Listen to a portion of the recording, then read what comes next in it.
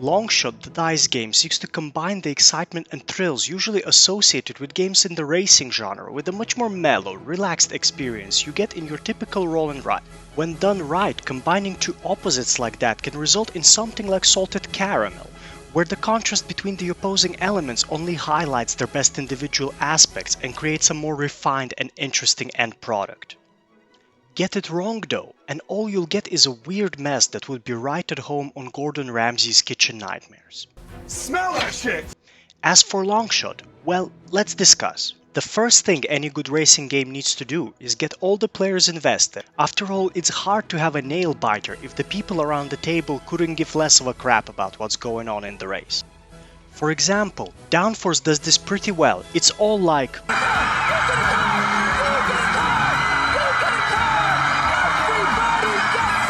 giving players a pretty big stake in the race, but also allowing them to make bets on other cars if theirs turns out to be a stinker. Longshot goes for a very similar approach, but it's flipped on its head. You get a couple of small bets for free, and then, as the game progresses, you have opportunities to buy some horses. Just like a guy discovering Tinder for the first time, this can seem a little bit non-committal, but in my opinion, Longshot only really works because it went for this approach. And the hint as to why is right there in the name. It's a dice game.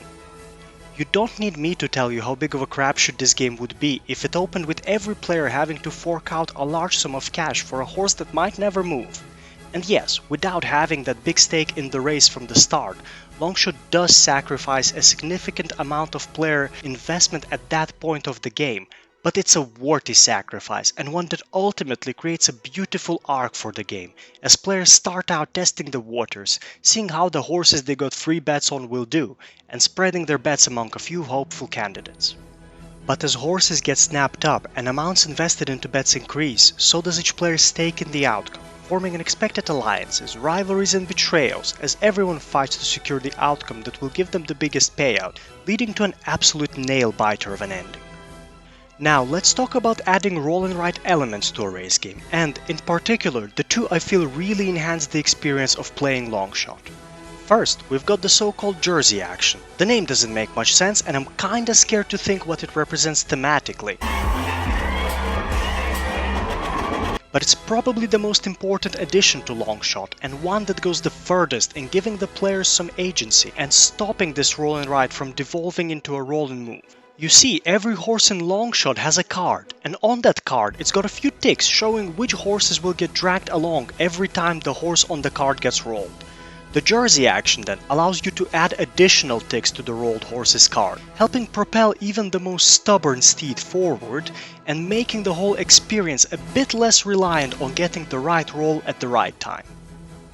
The other action is called Concessions and is about as roll and write can get, as it involves you crossing off numbers in rows or columns for some pretty juicy bonuses. Hell, I can name 3 games that do the same on the spot right now: Ganz Schön Clever, Twice as Clever, and Clever Cube. That's on me, I set the bar too low. Longshot, however, integrates this action really well into its gameplay as a whole. For starters, it straight away creates a dilemma for the players. Yes, the bonuses you get for a row or column can be pretty good, but it'll be at least a few turns before you can cross off enough stuff to cash in. And meanwhile, each number you cross off is a bet you haven't placed, a jersey you haven't ticked, or a horse you haven't bought. You are always aware of the opportunity cost that comes with each action, and for me, it's part of what makes Longshot such an exciting game to play. It's also where the game's player interaction comes from, as hidden amongst the various bonuses available to players here are a few that allow you to push horses forward, or, more excitingly, pull them back. It's a simple addition, but one that adds so much tension and excitement to the race. Even when your best horse is in the lead, you never feel certain that you've got it in the bag. And when it seems like there's little hope for your little pony to be in contention for any of the top spots, all it takes is a little player interference, a small reshuffling of positions, and suddenly the underdog is leading the charge towards the finish line. Ultimately, however, you should be aware that you're buying a roll and ride game with some racing elements thrown in, and not a perfect blend of two opposite genres. And nowhere is this more apparent than when discussing the best player count for the game.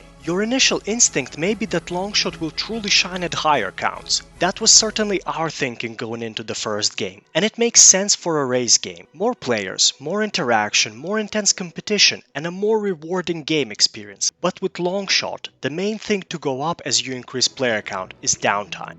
The game is frustratingly close to being playable simultaneously, but because of those few actions that affect the state of the race, you have no choice but to play it in turn order, making higher player counts almost painful to sit through at times. And those great interactive actions I was talking about earlier?